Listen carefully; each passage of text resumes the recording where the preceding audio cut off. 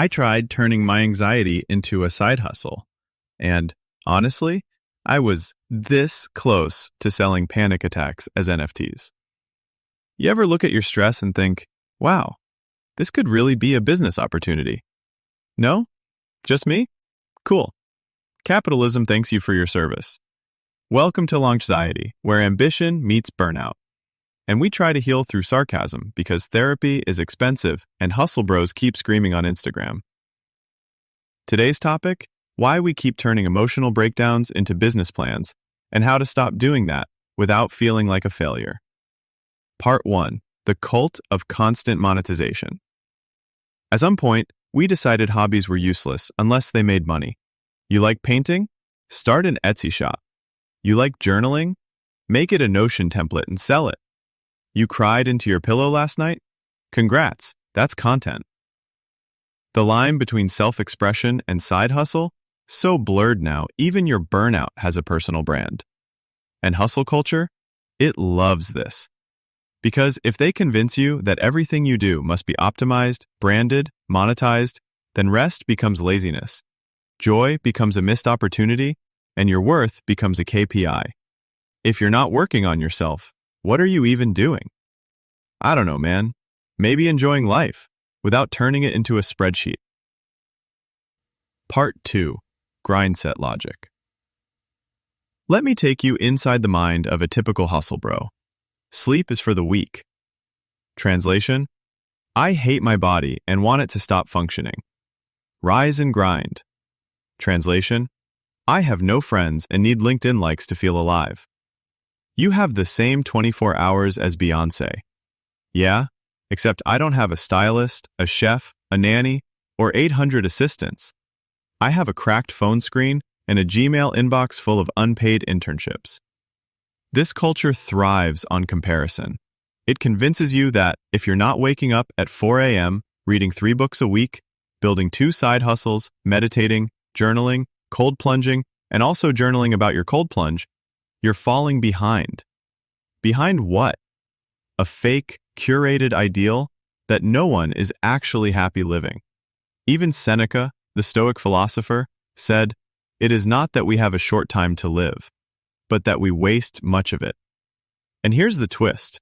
Resting isn't wasting time. You know what is? Trying to monetize your anxiety while slowly imploding from within and calling it growth. Part 3, the mental health monetization trap. Let me break it down for you. We're stressed. We don't rest. We call it the grind. Then we monetize our coping mechanisms. You meditate? Cool. Now sell a course. You journaled once? Congrats. You're a mindset coach now. God forbid. You just do something because it makes you feel better. The internet made self-help a marketplace, and suddenly healing became a hustle.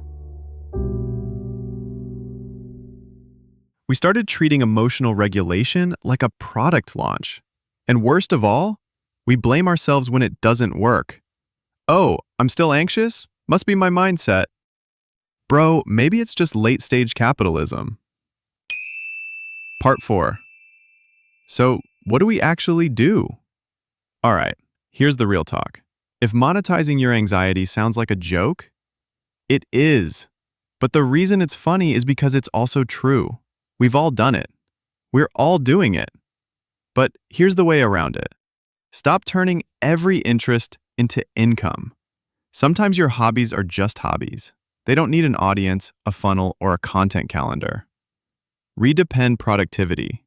Productivity isn't about doing more. It's about doing what matters without losing your mind. Rest is a radical act. In a system that wants you to keep producing, resting is rebellion. You don't need to be a brand. You're a person. Not a startup, not a content strategy, not a 10-year vision board. You're just a person. And that's enough. Part 5. The breakup text hustle culture deserves. Look, I get the appeal. Hustle culture makes it feel like the more broken you are, the more successful you might be. Like if you just optimize your trauma hard enough, you'll accidentally become a billionaire. But here's the raw truth. You don't need to monetize your healing to be healed. You don't need to build a brand out of your burnout. You don't have to turn your coping mechanisms into content. Because not everything you do needs to scale. Not every quiet moment needs to be turned into a productivity montage with lo-fi music and a grind mode on caption. Sometimes you can just exist. Be a human. Do things because they bring you peace, not because they fit into a niche. And listen, you don't owe the world your constant improvement. You owe yourself your sanity. So if you're tired of trying to turn your nervous system into a business model, if you've been gaslit into believing naps are weakness, if you're ready to break up from hustle culture and actually breathe, this is your space. Smash that subscribe button. We roast the grind. We heal through sarcasm. And most importantly, we rest. On purpose. Because here at Launchxiety, we don't monetize the breakdown. We name it, we laugh at it, and then we leave the meeting early.